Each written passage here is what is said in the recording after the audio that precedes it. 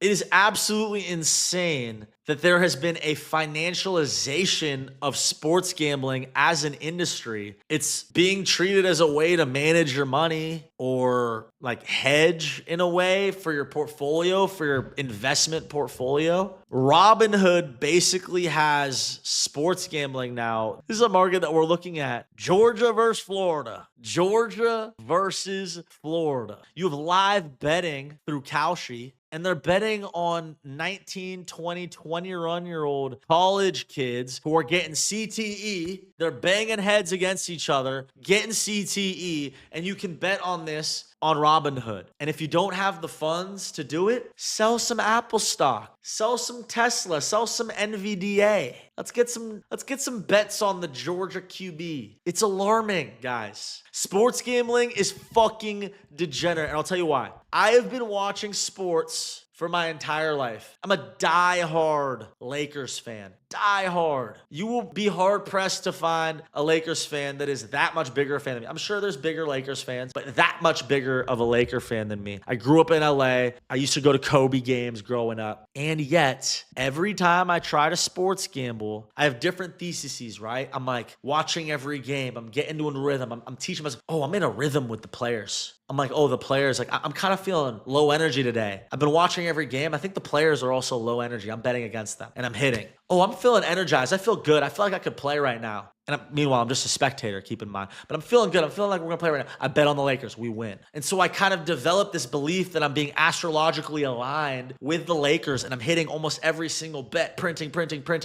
And then I'm like, you know what? The Lakers are better than everyone thinks. And I fucking full port that the Lakers are going to the finals. And you lose everything. It doesn't matter what you do. It doesn't matter if the hormones and the spirituality and the menstrual cycle is aligned with the players. And if you understand the stats and if you understand, you're not going to outperform the VIG. You're not going to outperform what they take from you. And I know Kalshi has lower fees than a sports book or whatever. You're not gonna win in the long term. So the financialization of it is actually immoral because you're programmed to lose. If you want to tell people to sports gamble and that it's the dumbest, most degenerate thing you could ever fucking possibly do, then tell people that that's the most degenerate, dumbest thing they could possibly do. But when you're presenting a prediction market in Robinhood, you're presenting it in the Robinhood app, like underneath shares of stocks. It's not good for people. It's not good for people. I don't know what it says about society. And I know people want me to tell them that they can become a billionaire by gambling. You can become a billionaire in crypto. You can become a millionaire. Let me say this. You can become a millionaire in crypto. You can become a millionaire in crypto.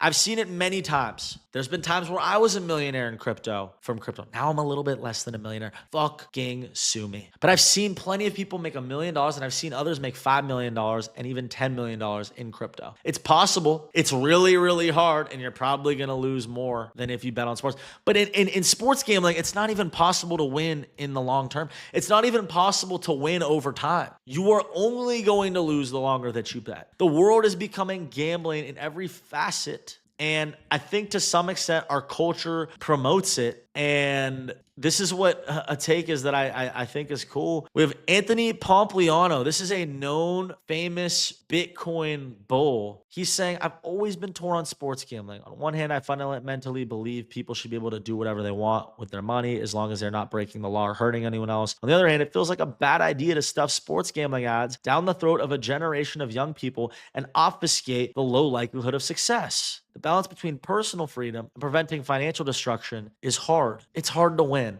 And not just that, there are people who have edges that you don't have. Look at Terry Rozier. Look at Chauncey Billups. Look at Damon Jones. If you are merely friends with an NBA player and you catch a whiff, let's say you're friends with Donovan Mitchell, shooting guard for the Cleveland Cavaliers. Let's say you get a whiff. Donovan's leg is a little more, you're hanging out with him, you're getting lunch with him, he's limping around. You're like, I think he's going to sit. And you just bet against the Cavs because they think he's playing. There are people exercising those edges every single day. And if you don't have that edge, you will lose. It's just that simple. The VIG is simply too high. Everyone loses over a long enough time horizon. The only way to justifiably sports gamble, in my opinion, is if you want to engage yourself. If you're watching the NBA finals and you want to care and you want to support a team, but you're just not there. You're watching Thunder Pacers and you're like, dude, these are two small market teams. I don't give a shit who wins. So I'm going to bet on the Pacers and really root for them. And every time they play, I'm going to watch. I'm going to have fun. I'm going to enjoy it with the boys. Super Bowl prop bets are a great example of this as well. You're betting on what color the Gatorade is going to be and fun things like that. Those are things that engage you socially and engage you entertainment-wise with the product. But is it something that is actually a financially viable strategy to commit to? Hell no. Is this something you want to consistently be ripping volume into? No. Put it simply, it's kind of like the soul trenches right now. It's kind of like soul trenches right now. You don't really want to be spraying and praying. You want to be more calculated with what you're doing here. And for whatever reason, it's American, slightly overweight white guys who were in fraternities and went to big schools, drink beer. This is the demographic that is primarily susceptible to sports gambling. It's your classic Sig Ep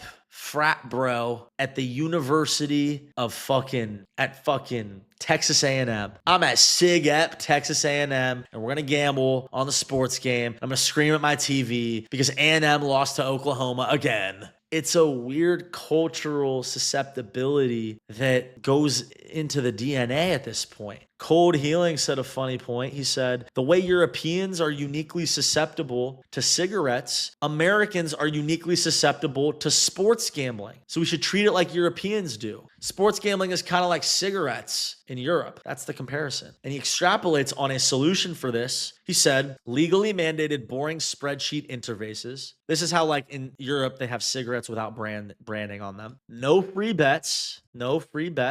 And you need to click through stats of average lifetime losses before each bet. You need to see the pain of everybody that everybody feels and how much people lose and how much you've lost in order to click through it. Before you click bet, you need to be able to see, I've lost $670, and you have to confirm after confirming that you saw that. That is actually a strong thesis on how to stop it. In the cigarette version of that, you have pictures of women with their jaws fucking deformed and she has one eyeball removed. That's what happens if you smoke a cigarette. That needs to be the case for sports gambling. The NBA promoting DraftKings, every single commercial. It's too much, bro. It's too much. Natty Lights are great. Make America Gamble. I know, it's just too much, man. It's just too much. The warning should tell you how dumb your previous bets are and how off you were because you're an idiot who doesn't know how to gamble and isn't smart at analyzing sports. They need to warn you about how bad you are before you take every single bet. And honestly, parlays are where the book makes the most money because you bet that